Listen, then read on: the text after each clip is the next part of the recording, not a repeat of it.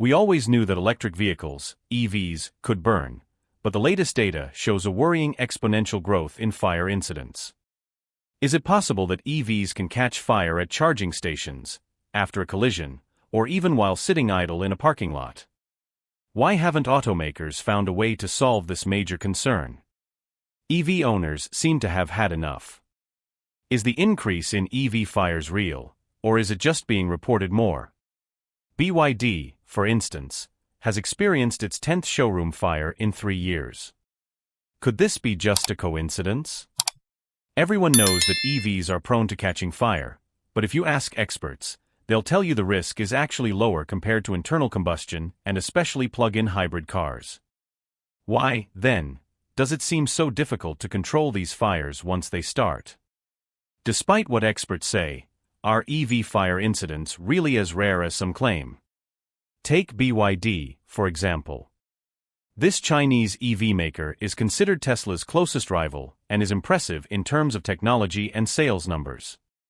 But could it be that these cars are more prone to fire than other EVs, especially given the numerous showroom incidents? Recently, another BYD caught fire at the company's showroom in Fuzhou, the capital of Fujian province. Why do these fires keep happening? Once again, we saw a parked EV catch fire for no apparent reason. Why did this happen? A video of the incident quickly spread online, showing the showroom burning almost completely. This incident, according to NTD-TV, marks the 10th such case since 2021. Even with the efforts of 29 firefighters and 7 fire trucks, they couldn't control the blaze. Why is it so difficult to extinguish these fires? They battled the flames for a full hour, but the entire building and the EVs inside were consumed. Why did the firefighting efforts fail? Thankfully, no one was injured during the incident, but could this be the worst possible timing for BYD? Despite impressive sales numbers, why does BYD still struggle to expand its operations internationally? Currently, 95% of its sales are domestic. Could these incidents affect its global ambitions? Let's talk about the Jaguar I-Pace, a fire-catching champion. Jaguar and Land Rover have long been known for their notoriously low reliability ratings. Could it be that the I-Pace is no different? Recently, several cases of the I-Pace catching fire at charging stations forced Jaguar to issue a recall. Why did it take several incidents for action to be taken? Over 6,400 I-Pace models delivered to the U.S. market were recalled for a battery fix due to potential lithium-ion battery thermal overload. Could these batteries produced by LG Energy be the problem? The I-Pace models were assembled at Magna Steyrs plant in Austria. The recall covered models produced between 2019 and 2024, but could there be other affected models? Interestingly, not all the work was done properly, leading to another safety recall just a couple of months later. Why weren't the initial fixes sufficient? This time, 200 units were recalled for not receiving the required software update. Why did the British automaker instruct owners to charge their I-Pace outside for 30 days after the update? Could there still be hidden risks? The new software added a function to limit battery charging capacity to 75% if a problem is identified, instructing the driver to visit a dealer as soon as possible. But is this enough to prevent further issues?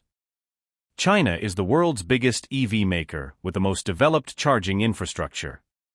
Given this, is it surprising that it also leads in EV fire incidents? Things have escalated to the point where Chinese agencies are no longer allowed to release data. Why this secrecy? The last official data we received was 3 years ago, reporting over 3,000 incidents in 2021 alone. Given the massive growth in EV sales since then, is the number much higher today? Fire incidents are happening all over China daily, many caught on security cameras and shared on social media. For example, a few months ago in Hong Kong, a BYD EV driven by a 53-year-old woman suddenly caught fire at the Kowloon Bay charging station. Was it pure luck that she managed to step away to a safe distance before the EV burned completely? Besides incidents at charging stations, we've also seen EVs catching fire while on the move. How can we explain fires during operation? And why do EVs catch fire while standing still and not plugged into a charger? Such incidents are numerous. One happened at the Hejia Auto City, where a small battery design error or a related component failure caused a displayed EV to start smoking. Could the staff's quick actions have prevented a larger disaster? Despite lower quality standards compared to Western automakers, the Chinese market has high safety demands. EVs are required to remain safe for 30 minutes after a collision, giving everyone enough time to evacuate before the vehicle catches fire. Why do some EVs still fail to meet this requirement? We became aware of this after the toll incident last year, one of the most fatal EV fire cases, resulting in the deaths of 4 people. An electric Volkswagen crashed into a toll station on the Hangzhou Highway, and the vehicle caught fire immediately. Why didn't passengers have time to evacuate? This incident not only raised safety concerns, but also affected the popularity of the German brand in China, causing sales numbers to drop by 25%. Could Volkswagen's electric models, the ID.3, ID.4, and ID.6, be at risk? Fire concerns aren't limited to the Chinese market. Similar incidents are happening in other parts of the world, including the US, which is one of the slowest EV adopters. Last year, an all-electric Ford F-150 Lightning caught fire before it even reached its new owner. Could it be alarming that it burned right in the Dearborn plant parking lot, spreading to nearby F-150 models? Eyewitnesses reported that it took hours for firefighters to extinguish the flames. Why did it take so long? The pickup wasn't plugged into a charger, it was just sitting in the parking lot.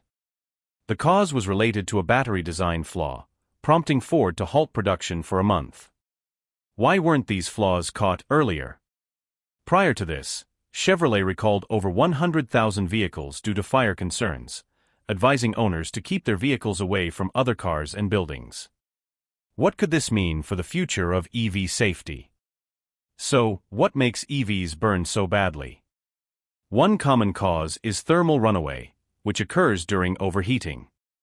Are high temperatures causing the electrolytes inside the battery to ignite? Potential short circuits can also happen for various reasons, such as damage to the separator between the battery's anode and cathode. Could these issues lead to rapid temperature increases and potential ignition? Batteries are also very vulnerable to physical damage during accidents, which can cause internal short circuits or cell rupture, initiating a fire. Are manufacturing defects typical of mass production, leading to issues with the separator or faulty components within the battery management system, failing to regulate temperature and voltage, increasing the risk of overheating? Despite these risks, many experts still claim that EVs catch fire less often than internal combustion cars, which is technically correct. But why do standard firefighting techniques, like using water, seem ineffective on EV fires? Foam and dry chemicals aren't particularly efficient either, and the risk of reignition is extremely high. Could it be that even though EV fire incidents are rarer, they pose a significantly higher safety risk compared to internal combustion cars? Thank you for watching and see you next time.